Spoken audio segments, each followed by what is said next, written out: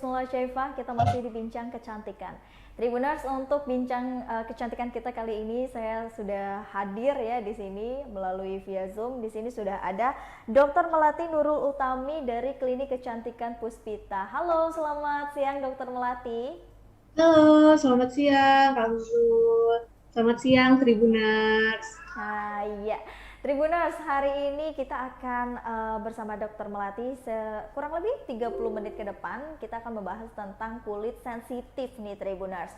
Nah, mungkin ini menjadi hal yang umum ya dengan Tribuners di rumah yang mempunyai kulitnya kenapa sangat sensitif sekali terutama di bagian wajah.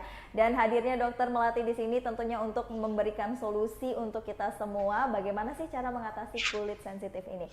Oke, Dr. Melati mungkin boleh jelaskan dulu dengan Tribuners di rumah kira-kira kulit sensitif itu apa sih dok dan apa penyebab dari kulit sensitif ini? Silahkan dokter.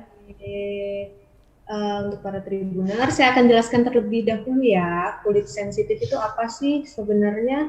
Kulit sensitif itu adalah apabila terjadi di bagian kulit kita yang terlalu sensitif, iritasi yang berlebihan akibat paparan yang secara berlebihan juga. Nah, paparan-paparan tersebut diantaranya seperti polusi udara, matahari, zat-zat kimia, hormonal, maupun skincare, sabun, atau apapun yang kita pakai di kulit kita. Biasanya ciri-ciri dari wajah yang sensitif tersebut, apabila lagi sensitif, biasanya dia akan terjadi ruam, perih, gatal, dan biasanya sampai terjadi beruntusan nih. Biasanya kan pasien ngeluh beruntus habis pakai suatu produk tiba-tiba dia beruntusan ya. Nah, itu bisa jadi karena dia terlalu sensitif terhadap produk tersebut. Sensitif itu berbeda ya Kak sama alergi. Jadi kalau misalnya alergi itu dikarenakan dia memang nggak cocok sama produk tersebut dan nggak bisa pakainya. Sedangkan kalau sensitif itu karena paparannya berlebihan, dosisnya berlebihan. Jadinya dia baru kemerahan, baru iritasi. Jadi kayak contoh misalnya kita pakai vitamin C 10% nih, di kita biasanya bagus gitu. Terus kita pengen naik nih dosisnya, ketika dia dinaikkan terjadi 20%, baru timbul iritasi tadi, gejala tadi. Nah, itulah yang disebut kulit yang sensitif. Jadi bukan karena produknya yang nggak cocok, tapi biasanya dari dosis atau paparan, kayak cara pemakaian gitu. Biasanya gitu kalau kulit sensitif. Oke, jadi seperti itu ya dok, kulit sensitif itu karena adanya paparan atau pemakaian produk yang memang itu berlebihan gitu ya dok ya. Ya, Nah, kalau kulit sensitif ini apa bisa dikatakan sensitif itu bawaan dari lahir dok? Bisa, sensitif bisa ada beberapa orang dia bawaan dari lahir. Misalnya emang dia punya riwayat nih kak, orang tuanya misalnya sensitif juga kulitnya. Atau dia punya rinitis. Rinitis itu yang kayak kalau pagi hari dia bersin-bersin, dingin dikit bersin gitu. Atau dia sangat sensitif terhadap makanan, kayak misalnya makan apa dikit merah gitu, berarti dia ada kemungkinan kulit dia menjadi sensitif. Itu kan kalau yang didapat ya kak, kayak misalnya itu bawaan. Tapi ada juga kulit sensitif itu ketika dia udah usia tua, dia menjadi lebih sensitif. Dikarenakan kalau udah usia tua, apalagi wanita kan ada menopause, jadi kulit menjadi lebih kering ya. Kalau kita lebih tua, biasanya kulit cenderung menjadi lebih kering. Ketika kulit kita cenderung lebih kering, kulit kita akan cenderung lebih sensitif biasanya kak, gitu. Jadi memang ternyata Tribuners, kulit sensitif ini bisa juga dari bawaan lahir juga ya dok ya, tapi juga bisa karena pemakaian suatu produk atau paparan tadi yang telah dijelaskan sama dokter Melati. Berarti kalau misalkan nih dok kita pakai suatu produk gitu, terus kita mengeluarkan reaksi dari produk ini dok, entah itu jerawat atau beruntus atau mungkin kemerahan, apa itu bisa dikatakan sebagai kulit yang sensitif tadi dok? Dan ketidakcocokan. Iya, biasanya sih bisa kak kita sebut itu. Kalau misalnya gini, misalnya kakak pakai produk nih, awalnya bagus gitu ya, terus tiba-tiba jadi nggak bagus di akhirnya. Bisa jadi sih karena cara pemakaiannya misalnya salah kak, misal kayak kakak makainya harusnya seminggu 2 kali, tapi kakak pakai jadi seminggu 3 kali. Nah, Oke, kulit kakak berlebihan ya ternyata dok. nggak bisa lebih Mm-mm. sering. Itu kulit sensitif itu kayak gitu. Tapi kalau misalnya alergi biasanya begitu pakai sekali langsung nggak cocok biasanya. Jadi kita harus stop kalau kayak gitu. Oke. Jadi memang kalau penyebabnya sendiri berarti itu bisa bawaan dari kulit kita dan bisa dari produk yang kita pakai ya dok? Iya benar, bisa jadi dari itu, bisa juga dari udara, polusi, gitu Kak. Biasanya sih orang-orang yang kulitnya sensitif, biasanya kulitnya cenderung kering Kak. Oke. Jadi Itu cenderung kering, ciri-cirinya mungkin ya dok ya? jadi dia akan lebih sensitif. Biasanya orang-orang yang punya kulit kering biasanya cenderung lebih sensitif. Oke. Dia berarti kulitnya cenderung lebih sensitif. Selain itu ciri-ciri dari kulit sensitif ini apalagi nih, dok yang bisa kita lihat dan bisa kita rasakan nih? Yang bisa dilihat dan dirasakan sih kalau misalnya yang benar-benar dilihat secara awam ya, kalau kalau terkena paparan matahari, mungkin biasanya orang lain tidak semerah itu, dia jadi merah banget tuh. Ada kan beberapa orang yang kayak gitu Ya. ya. Atau juga bisa dilihat dia pakai suatu produk yang benar-benar ganti produk gitu. Lah, misalnya dia ganti shampoo aja, ganti sampo tiba-tiba di bagian keningnya kok jadi beruntusan. Nah, berarti kan dari samponya nih dia sensitif terhadap deterjen yang di sampo tersebut. Gitu. Oke. Nah, berarti perbedaannya kalau memang alergi dengan kulit sensitif ini, dia bisa dibedakan dengan cirinya tadi ya dok ya. Kalau alergi mungkin dia hanya pas satu kali pemakaian itu saja ya dok? Iya, biasanya kan kalau misalnya alergi ketika kena aja tuh udah merah gitu Kak. Udah gatel, dia udah nggak cocok pokoknya. Tapi kalau sensitif itu dia biasanya butuh waktu sih Kak. Kayak misalnya sehari semalam gitu, langsung kelihatan gitu biasanya. Soalnya kalau sensitif itu juga kalau pasien datang ya Kak, misalnya dia pakai satu produk, tiba-tiba wajahnya merah gitu ya. Yang harus kita tanya terlebih dahulu tuh cara pemakaian produknya benar atau enggak gitu. Kalau emang kulit dia sensitif, kayak misalnya dia pakainya ketebelan, nah wajar aja kan akan jadi merah gitu. Oke. Ada titik-titik di wajah tertentu nggak sih dok yang memang itu memperlihatkan bahwa itu kulit sensitif dan kulit alergi, atau mungkin di bagian pipi yang merahnya, atau mungkin di area dagu, atau di mana gitu dok area wajah?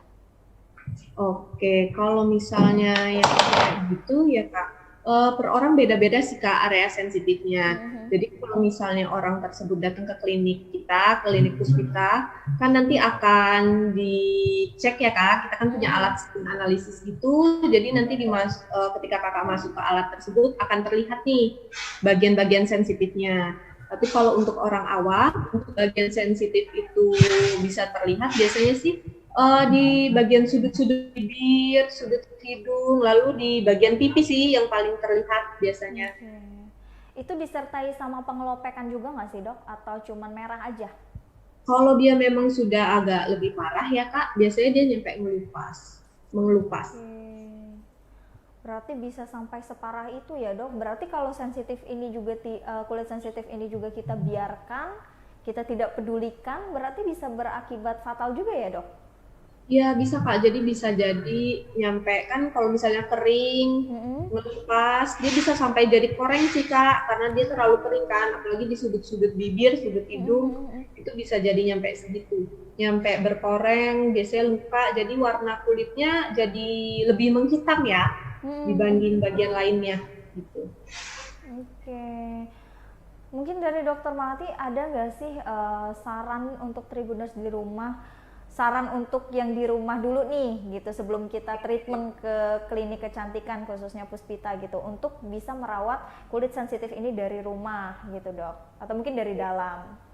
Ya, kalau misalnya untuk orang-orang yang punya kulit sensitif, biasanya kita sarankan untuk memakai produk-produk yang hipoalergenik ya. Biasanya sih di kemasan itu pasti tertera ya, dia baik atau enggaknya, hipoalergenik atau enggaknya. Lalu biasanya kalau kita punya kulit yang cenderung sensitif, lebih baik hindari pemakaian yang mengandung retinol, glikolik asid, deterjen yang berlebih, alkohol ataupun sulfur. Biasanya itu bukan nggak boleh sih, tapi harus dengan dosis yang paling rendahnya kalau mau mencobanya. Jadi dari yang rendah dulu. Jadi ketika kakak coba itu cocok, kita akan naikin pelan-pelan gitu. Tapi kalau misalnya kulit sensitif sih lebih baik dihindari yang kayak gitu. Lalu lebih baik kalau untuk kulit sensitif kan tadi saya bilang cenderung kering ya kak. Jadi disarankan untuk kalau yang punya kulit sensitif itu memakai pelembab kak. Pelembab ya dok ya. Ceramid banyak kan sekarang ya pelembab itu boleh kalau untuk kulit sensitif. Lalu yang paling penting baik dia kulit sensitif atau enggak itu pemakaian tabir surya atau sunscreen per 3-4 jam sekali ya reapply-nya. Itu juga berlaku untuk kita walaupun di dalam ruangan seperti ini ya dok, pelembab dan juga sunscreen ini? Iya, itu berlaku untuk dimanapun, baik mau di dalam ruangan maupun di luar ruangan. Tetap kita reapply-nya 3-4 jam sekali. Oke. Nah dok, apakah benar nih dok kalau orang yang mempunyai kulit sensitif ini dia lebih susah dan rentan juga untuk mencari skincare yang tepat untuk kulitnya dok? Iya benar itu. Biasanya dia kan kalau kita nggak konsultasi dengan dokter kan kita beli aja kan. Jadi dosisnya nggak ketakar ya kak. Maksudnya misalnya dia pakai suatu produk A nggak cocok, terus pindah lagi ke produk B nggak cocok. Jadi kan nggak ketahuan nih apa sih yang sebenarnya dia nggak cocoknya gitu.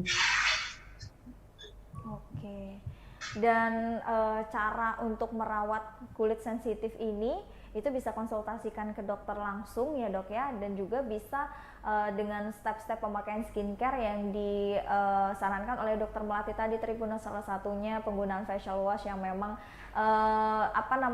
pH-nya itu sesuai dengan kulit sensitif itu, dan juga tentunya penggunaan pelembab ya ataupun moisturizer, dan juga sunscreen atau tabir surya itu tadi Tribuners. Nah kalau untuk treatmentnya sendiri nih dok di klinik kecantikan Puspita ataupun skincare-nya nih yang disarankan oleh klinik Puspita ini apa nih dok? Ada tidak dok? Kalau misalnya pasien-pasien datang ke klinik nantinya, pertama sih pasti akan konsultasi terlebih dahulu ya kak sebelum pemakaian skincare-nya. Ketika konsultasi nanti kan akan kita anamnesis terlebih dahulu, kita tanyakan keluhannya, riwayat pemakaian produknya apa, lalu nanti kita juga akan lakukan skin analysis tadi. Jadi kita bisa tahu nih apa keluhannya, daerah sensitifnya di bagian mana aja, komedonya seberapa banyak gitu, pigmentasi, dan juga kerusakan kulit akibat paparan sinar matahari. Nah, ketika udah itu semua, udah kita analisis, kita dapat suatu kesimpulan dan diagnosa, lalu baru kita tuliskan resep untuk pembuatan krimnya. Biasanya sih kalau pasien yang pertama kali datang nih ke klinik, kita akan anjurkan untuk dosis yang paling rendah terlebih dahulu. Apalagi kalau untuk orang-orang dari riwayat, aku sensitif loh dok, aku pakai ini nggak cocok gitu misalnya ya, pasti kita dari yang bawah dulu.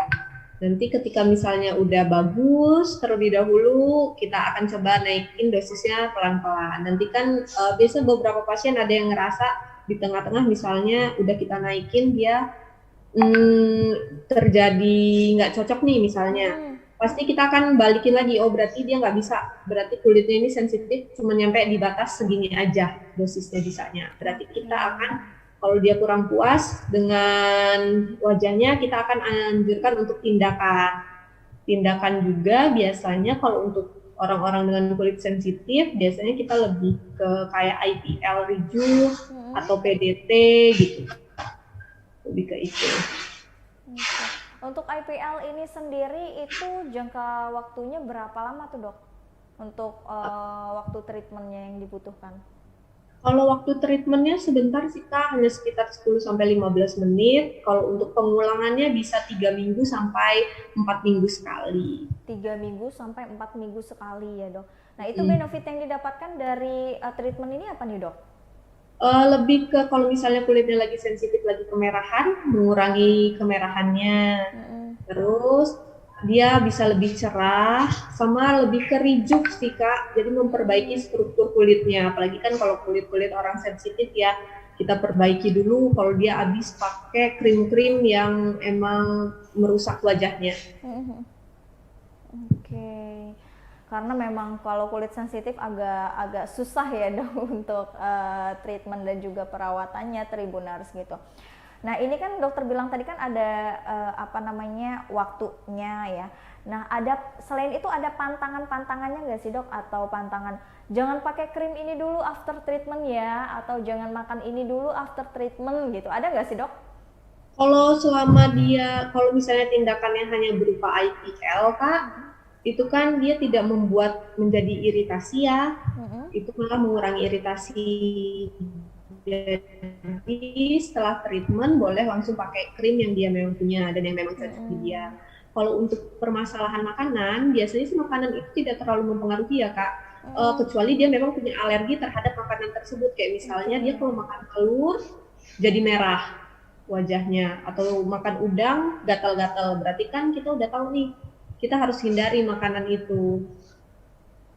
Oke. Untuk makanan. Nah dok, penyebab kulit merah di kulit yang sensitif ini tuh disebabkan karena apa sih dok?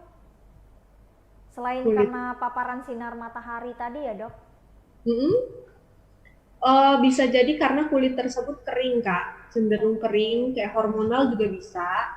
Jadi dia hormon dia lagi tidak baik, misalnya dari bawaan hormonal tadi, kulitnya menjadi kering, jadi dia jadi gampang merah. Emang kalau kulit kering itu dia akan gampang merah, disentuh sedikit aja merah gitu. Pakai produk apa aja dia bisa jadi lebih sensitif banget gitu. Nggak cocok tiba-tiba baru pakai sekali, atau ini langsung nggak bagus gitu biasanya. Tapi kalau kulit sensitif ini lebih cenderung cepat berjerawat nggak sih dok sebenarnya? Lebih cenderung beruntusan ya. Kalau beruntusan tersebut tidak diobati bisa jadi jerawat sih Kak. Gitu. Kalau beruntusan sendiri nih dok, itu asal mulanya beruntusan ini bisa hadir itu kenapa tuh dok? Dia bisa jadi karena komedo, jadi dari kulit wajahnya komedonya terpendam gitu Kak. Mungkin dia dari cara membersihkan wajahnya nggak double cleansing, tidak cuci muka dengan rutin, seperti misalnya kan kita tahu kadang kita cuci muka tuh kalau mandi aja ya. Nah kalau emang cuma mandi aja, tapi kalau kita emang di rumah aja, ketika kita cuci muka mandi aja oke. Tapi kalau misalnya kita memang melakukan kegiatan di luar, bekerja, disarankan sih cuci muka emang kalau untuk yang muslim bisa per kali dia wudhu ya, per kali dia sholat. Nah kan sembari itu juga dia bisa reapply sunscreen-nya gitu. Oke, seperti itu. Berarti apa namanya beruntusan ini bisa disebabkan karena komedo dan juga karena masih mungkin sisa-sisa kotoran yang masih ada di wajah kita ya dok ya, yang nggak bersih cleansingnya tadi. Kan kalau komedo nih dok, Tribuners mungkin di rumah juga merasakan hal yang sama nih dok. Komedo kan kebanyakan di hidung nih dok, tapi beruntusan biasanya itu kayak di jidat, terus juga ada yang di pipi gitu. Memang berarti di jidat kita ini juga ada komedonya ya dok, atau bagaimana nih dok? Kalau di jidat ada komedo jelas kan, karena paparan polusi udara selama ini kalau kita pergi-pergi kan ke seluruh wajah ya. Apalagi walaupun kita pakai masker pun kadang kita lupa ganti masker kita per 4 jam gitu. jatuhnya kan lembab. Lembab itu juga bisa buat kotor walaupun dia nggak kena polusi. Tapi kan dari masker itu lembab dari diri kita sendiri aja tuh sebenarnya udah kotor. Kadang kita juga suka pegang wajah kita tanpa kita sengaja. Nah, itu bisa jadi tuh. Jadi kalau misalnya lagi beruntusan, megang-megang wajah pasti beruntusannya bakal tambah banyak karena tangan itu biasanya kotor. Dan kita biasanya nggak tahan nih, gratil biasanya sih. Nah, kan kadang juga nggak hanya megang ya dok, tapi dibeltus-beltusin gitu dok. Nah itu mempengaruhi juga dia semakin banyak ya dok ya? Iya, sebenarnya dia bisa mempengaruhi ya kak, karena kan tangan kita nggak kita steril ya, itu karena itu masalahnya. Jadi tangan kita kotor, kita pencet-pencet, dia bisa jadi lebih parah, bahkan bisa jadi scars, bopeng gitu kan, pori-porinya menjadi besar karena kan kita secara paksa. Jadi kalau misalnya komedonya agak banyak, itu kita ngerasa kusam, lebih baik kita datang ke klinik yang mana dia menyediakan jasa kayak facial. Oke, jadi memang dari awal kulit itu juga harus bersih ya dok ya? Iya benar. Nah dok, ada pertanyaan lagi nih dok dari Tribuners yang ada salah satu Tribuners yang melakukan double cleansing nih dok, karena pengen kulitnya itu bersih kan dok gitu, karena kalau cuman cleansing biasa aja mungkin dirasa belum bersih gitu. Tapi justru dia double cleansing ini kulitnya jadi pedes gitu dok, jadi merah gitu. Nah itu apakah sensitif juga atau karena pemakaian dari si milk cleansernya nih dok yang nggak cocok atau kebanyakan? Biasanya sih kalau itu karena kandungan dari si micellar water atau susu pembersihnya kak biasanya, atau dari cara dia ngangkat dengan kapasnya. Kalau dia ngangkat dengan kapasnya terlalu kuat, itu emang akan membuat wajah perih sebenarnya. Atau kalau misalnya dari micellar waternya kita lihat dulu kandungannya, misalnya dia pakai apa nih, ada suatu produk, kalau yang saya pakai sih kalau kita bandingin ya kak ya, biasanya kalau misalnya produk A bisa yang nggak terlalu apa namanya perih, tapi ada juga produk B ketika dipakai perih, itu memang ada yang kayak gitu. Jadi sebenarnya emang cocok-cocokan sih kalau untuk milk cleansing atau micellar water juga emang harus dicari. Jadi kalau misalnya klinik kita sih biasanya lebih ke susu pembersih ya kita punyanya. Jadi kita kasihnya kalau ke pasien lebih ke susu pembersih, karena kan kalau susu pembersih itu kita pijet dulu ya bagian wajah kita. Jadi ketika ngangkat pun nggak terlalu kuat-kuat gitu. Oke, jadi itu juga bisa disebabkan karena faktor dari milk cleansernya ya dok ya, yang mungkin punya kandungan-kandungan yang itu terlalu ekstrim atau terlalu banyak, mungkin ada kandungan yang nggak cocok di kulit kita, atau juga teknik pembersihan after cleansingnya di Tribuners yang memang itu terlalu terlalu kuat gitu kan, yang bisa menyebabkan kulit kita itu menjadi perih gitu after dari cleansing ini. Nah selain dari IPL dok, ada treatment apa lagi sih dok yang ada di klinik Puspita ini untuk bisa mengatasi kulit sensitif? Ada treatment PDT kak, kayak di sinar gitu. Biasanya kita kombinasikan PDT ini sama facial ya. Jadi dia habis di facial nanti akan kita PDT. PDT ini untuk ngurangin kemerahan pada kulit-kulit sensitif. Jika dia sampai ke beruntusan, juga bisa membunuh bakteri-bakteri beruntus tersebut. Biasanya dilakukannya bisa seminggu sekali kalau pasien mau untuk pengulangan. Biasanya semakin sering kita melakukan pengulangan, hasilnya akan semakin cepat. Biasanya hasilnya makin bagus. Nah untuk pengulangannya itu berapa sering nih dok yang dianjurkan? Seminggu sekali. Seminggu sekali. Kalau IPL tadi 3-4 minggu ya dok ya? Iya benar. Oke. Nah mungkin untuk menutup bincang kita kali ini, ada saran nih dari Dokter Melati untuk Tribuners di rumah dalam mengatasi kulit sensitifnya, dipersilakan dok. Oke, jadi untuk para Tribuners, kalau misalnya ingin memakai skincare, apalagi punya kulit sensitif, lebih baik kita konsultasi terlebih dahulu ke dokter atau ke klinik-klinik kecantikan ataupun ke dokter kulit ya. Jadi biar pemakaiannya itu tepat. Jangan sampai kita udah beli banyak kita gonta-ganti tapi tetap nggak ada yang cocok. Jadi lebih Benar. baik kita untuk datang ke klinik aja, konsultasi, nanti akan diberikan yang terbaik dan yang cocok pasti untuk Tribuners gitu. Oke, jadi maupun itu kulit sensitif, kulit berjerawat, atau kulit yang ingin glowing ya dok ya, itu semua Iya, kita benar. sarankan untuk konsultasi terlebih dahulu kepada dokter. Jadi jangan asal membeli produk tapi kita sendiri tuh belum tahu apa ya kira-kira yang dibutuhkan untuk kulit kita. Kalau dengan konsultasi dokter kan sebisa mungkin itu sudah tahu apa yang kondisi kulit kita butuhkan, dan dari kliniknya pun itu memberikan treatment dan juga skincare yang memang dibutuhkan kulit kita Tribuners. Nah, Dokter Melati, kalau Tribuners ingin menghubungi klinik Puspita ini ada di account mana dan alamat mana nih dokter? Oke, kalau untuk alamat kita ada di Jalan MH Tamrin nomor 35 ya Kak, di dekat SMA Negeri 2 Bandar Lampung. Tapi kalau untuk nomor telepon atau untuk bisa menghubungi, bisa hubungi lewat Instagram bisa Kak, di klinik Oke, Instagram. @klinik_underscore kecantikan Puspita, atau di nomor telepon 0822 806 4440. Oh Itu bisa gitu. WA aja. Nah Konsultasi pokoknya, via dokter juga bisa lewat WA ya oh Kak. bisa lewat WA ya dok ya. Iya. Pokoknya kalau di klinik kecantikan Puspita itu dipermudah semuanya ya Tribuners. Mau datang langsung bisa, atau mau konsultasi lewat WhatsApp juga bisa. Ya, tapi kan lebih enaknya konsultasi langsung face to face. Jadi biar dokter kan bisa ngelihat juga kondisi kulit kita yang dibutuhkan seperti apa gitu.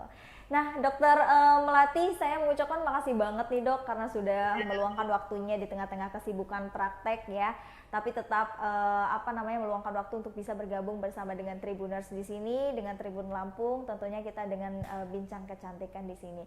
Mudah-mudahan tayangan ini bisa membantu Tribuners di rumah semua dalam menemukan solusi dan juga menjadi rekomendasi Tribuners dalam memilih skincare dan juga klinik kecantikan. Bersama dengan saya di sini Kusnul Syaifah pamit undur diri. Terima kasih dan sampai jumpa.